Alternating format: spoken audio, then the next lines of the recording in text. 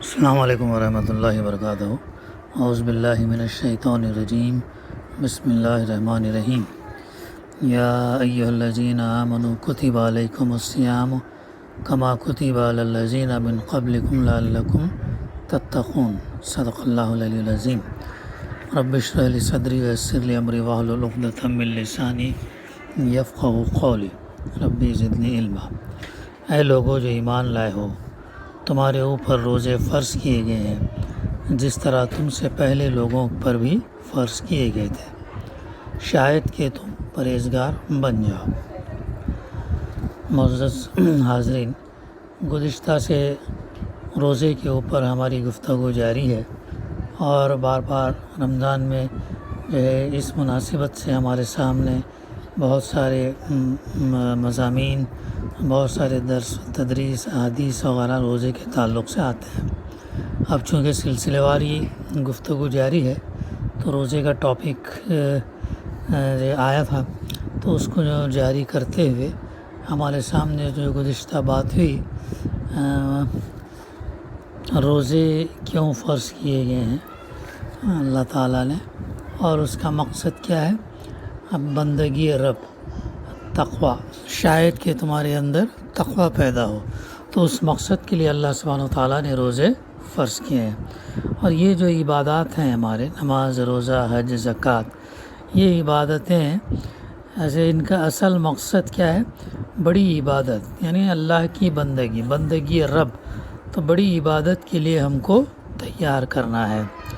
ان کو فرض کرنے کا مطلب یہ نہیں کہ اگر تم نے دن میں 5 وقت رکوع اور سجدہ کر لیا اور رمضان میں 30 دن تک صبح شام تک بھوکے پیاسے رہے اور مالدار ہونے کی صورت میں سالانہ زکوٰۃ اور عمر میں 1 مرتبہ ادا کر دیا، تو اللہ کا جو کچھ حق تم پر تھا وہ ادا ہو گیا، اور اس کے بعد تم اس کی بندگی سے آزاد ہو گئے، جو چاہے کرتے پھرو۔ بلکہ دراصل ان عبادتوں کو فرض کرنے کی غرض یہی ہے کہ ان کے ذریعے سے آدمی کی تربیت کی جائے اور اس کو اس قابل بنا دیا جائے کہ اس کی پوری زندگی اللہ کی عبادت بن جائے، اللہ کی اطاعت، فرمانبرداری، غلامی میں نکلے۔ یہ ہے کہ روزہ ایک مخفی عبادت ہے۔ اب آج انشاءاللہ ہم شروع کریں گے۔ روزہ یعنی ایمان کی مضبوطی کی علامت ہے۔ روزے کی اس حیثیت کو سامنے رکھو، پھر غور کرو کہ جو شخص حقیقت میں روزہ رکھتا ہے اور اس میں چوری چھپے بھی کچھ نہیں کھاتا پیتا، سخت گرمی کی حالت میں بھی جبکہ پیاس سے حلق چٹکا جاتا ہو، پانی کا ایک قطرہ حلق سے نیچے نہیں اتارتا، سخت بھوک کی حالت میں بھی جبکہ آنکھوں میں دم آ رہا ہو، کوئی چیز کھانے کا ارادہ تک نہیں کرتا، اسے اللہ تعالیٰ کے عالم الغیب ہونے پر کتنا ایمان ہے، کس قدر زبردست یقین کے ساتھ وہ جانتا ہے کہ اس کی کوئی حرکت چاہے ساری دنیا سے چھپ جائے مگر اللہ سے نہیں چھپ سکتی۔ کیسا خوف خدا اس کے دل میں ہے کہ بڑی سے بڑی تکلیف اٹھاتا مگر صرف اللہ کے خوف کی وجہ سے کوئی ایسا کام کرتا نہیں جو اس کے روزے کو توڑنے والا ہو۔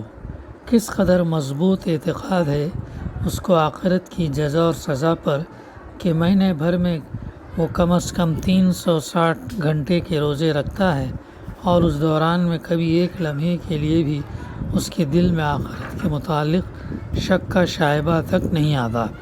اگر اسے اس بات میں ذرا سا بھی شک ہوتا کہ آخرت ہوگی یا نہ ہوگی اور اس میں عذاب اور ثواب ہوگا یا نہ ہوگا، تو وہ کبھی اپنا روزہ پورا نہیں کر سکتا۔ شک آنے کے بعد یہ ممکن نہیں ہے کہ آدمی اللہ کے حکم کی تعمیل میں کچھ نہ کھانے اور نہ پینے کے ارادے پر قائم رہ جائے۔ اگلا موضوع، 1 ماہ کی مسلسل ٹریننگ۔ اس طرح اللہ تعالیٰ ہر سال کامل 1 مہینے تک مسلمان کے ایمان کو مسلسل آزمائش میں ڈالتا ہے، اور اس آزمائش میں جتنا آدمی پورا اترتا جاتا ہے اتنا ہی اس کا ایمان مضبوط ہوتا جاتا ہے۔ یہ گویا آزمائش کی آزمائش ہے، اور ٹریننگ کی ٹریننگ۔ آپ جب کسی شخص کے پاس امانت رکھواتے ہیں تو گویا اس کی ایمانداری کی آزمائش کرتے ہیں۔ اگر وہ اس آزمائش میں پورا اترے اور امانت میں خیانت نہ کرے تو اس کے اندر امانتوں کا بوجھ سنبھالنے کی اور زیادہ طاقت پیدا ہو جاتی ہے اور وہ زیادہ امین بنتا چلا جاتا ہے۔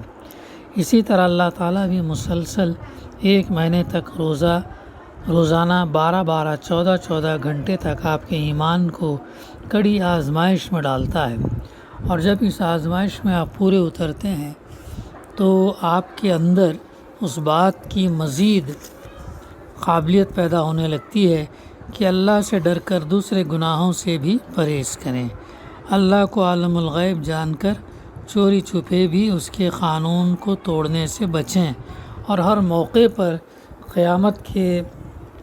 قیامت کا وہ دن آپ کو یاد آ جایا کرے جب سب کچھ کھل جائے گا اور بغیر کسی رو رعایت کے بھلائی کا بھلا اور برائی کا برا بدلہ ملے گا۔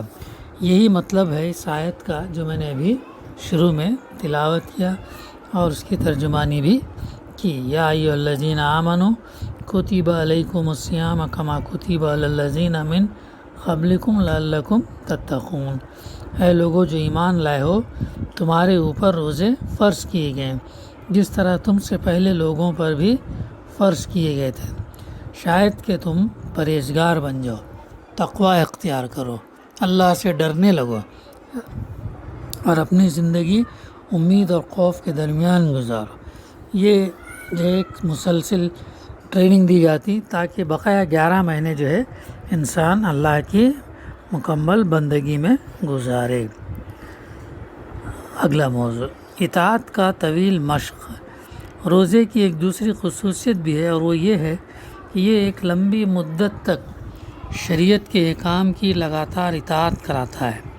نماز کی مدت ایک وقت میں چند منٹ سے زیادہ نہیں ہوتی، زکوٰۃ ادا کرنے کا وقت سال بھر میں صرف ایک وقت آتا ہے، حج میں البتہ لمبی مدت صرف ہوتی ہے مگر اس کا موقع عمر بھر میں ایک دفعہ آتا ہے، اور وہ بھی سب کے لیے نہیں۔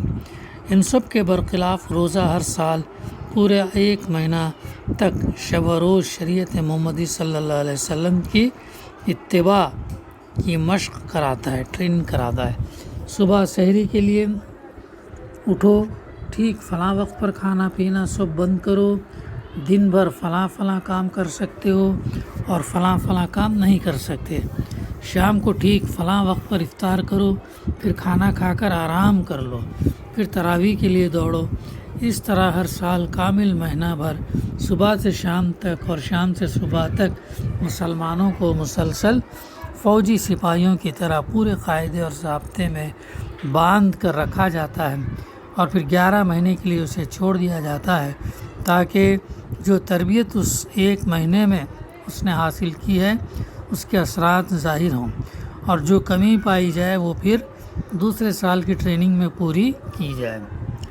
تربیت کے لیے سازگار اجتماعی ماحول۔ انشاءاللہ یہ موضوع ہم انشاءاللہ کر لیں گے۔ دعا ہے کہ اللہ سبحانہ وتعالی ہمیں کہنے سننے سے زیادہ عمل کرنے کی توفیق عطا فرمائے۔ ربنا تقبل منا انک انت السمیع العلیم وتب علینا انک انت التواب الرحیم۔ صلی اللہ تعالی علی خیر خلقہ وعلی آلہ وصحبہ اجمعین۔ الحمد للہ رب العالمین۔